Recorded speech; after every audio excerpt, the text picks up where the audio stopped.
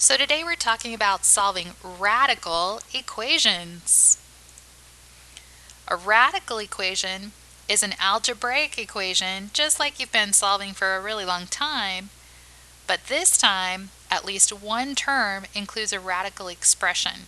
A radical expression is a root, so we're talking square roots, cubed roots, right? Those are radical equations. You're going to be able to find the solution to a radical equation by first of all isolating the radical. That's going to be a hugely important part of what we're doing today. Then we're going to raise the entire equation to an appropriate power in order to eliminate the radical. Kind of like what we were doing with the denominators. We multiplied by a common denominator to get rid of the denominator. Well, a power and a root are opposites, so we're going to use powers to eliminate the radical. Some things to watch out for, you'll want to put these in your notes. If you're raising only parts of an equation instead of the whole thing to a power when eliminating radical, that's going to cause problems. Confusing negative x to a power with negative x in parentheses to a power, especially on a calculator, when you're taking a negative number to a power, you want to make extra sure you have parentheses around that number. Disregarding negative signs, right, especially inside the radical, that's going to cause you problems, and neglecting to check for extraneous solutions. We still have extraneous solutions. We have to make sure all our solutions are going to work for us. So here's our first example. Notice how on the left-hand side I have a square root. Everything on the left is underneath that radical sign. This is what I mean by isolating the radical. My square root, or whatever root I'm talking about, has to be by itself. What power would I take to eliminate a square root? What's the opposite of square rooting? Squaring, right? Square root is like a second root, so I would take it to a second power to get rid of it. So I'm going to take both sides to the second power. On the left, taking a square root and squaring it simply eliminates the radical sign. And of course 2 squared on the right hand side is 4. Now I can add 5 to both sides and I get x equals 9.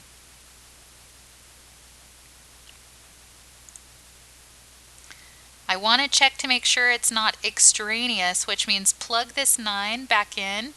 9 minus 5 is 4. Square root of 4 equals 2. Looks like I'm good to go. This solution isn't going to cause me any problems. Here's another example. The difference here is I have the square root of x, but my radical is not alone. On the left-hand side of the equation, it's joined by a minus 5.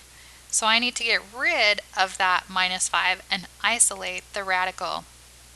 When I add 5 to both sides, I get the square root of x equals 7. Now that my radical is isolated, to get rid of a square root, I square. Square root of x squared gives me just x, and 7 squared is 49. So I get x equals 49. I can go back and check my answer to make sure it's going to work for me. Square root of 49 is 7, and 7 minus 5 equals 2. So this solution's good, and I'm ready to move on.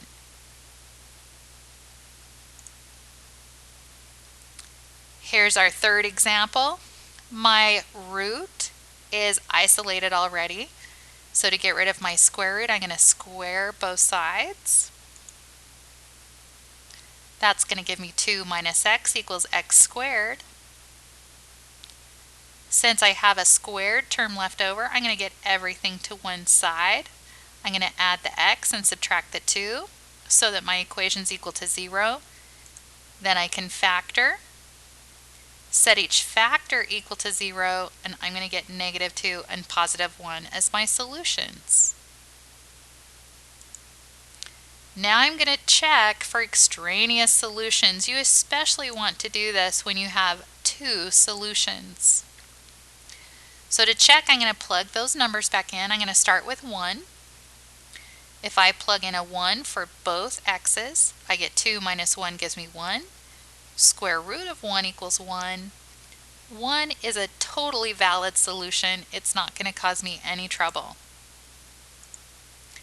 Look what happens when I put a negative 2 in for both x's, however.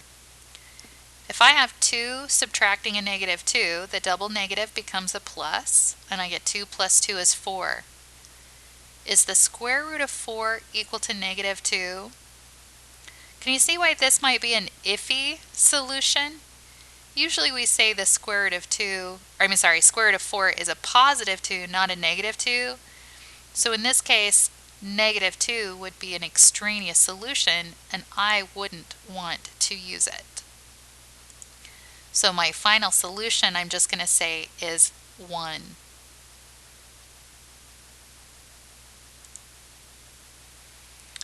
Here's another example. Notice on the left my root is already isolated. Even though my root on the right is not quite isolated, I'm okay. It's way more important to isolate the roots with addition or subtraction underneath them. So I'm going to go ahead and square both sides. On the left, it just gets rid of the root, and I have x minus 7. On the right, however, it's going to be important to note that when I square something like this, I'm going to square the 3 and the root 2. Square root of 3 squared is 9, square root of 2 squared is 2, and 9 times 2 gives me 18 on that side. Remember to square both parts, and you can only do that when it's multiplied together. You can't do that if there was addition or subtraction inside the parentheses. Then when I add 7 to both sides, I get x is 25, and I should be good to go. I do want to hurry and check for an extraneous solution. If I plug in a 25 where my x was, 25 minus 7 is 18. I can split the square root of 18 into the square root of 9 times the square root of 2. Square root of 9 is 3. Square root of 2 I can't take, so it stays the same. And I get 3 root 2 equals 3 root 2.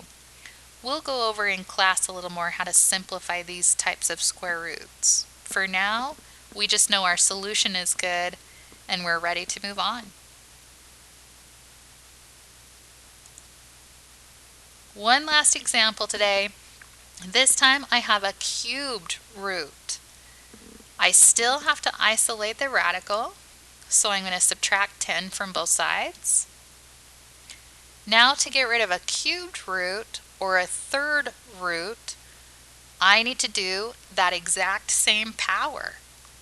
To get rid of a third root or a cubed root, I want to cube both sides, or take both sides to the third power.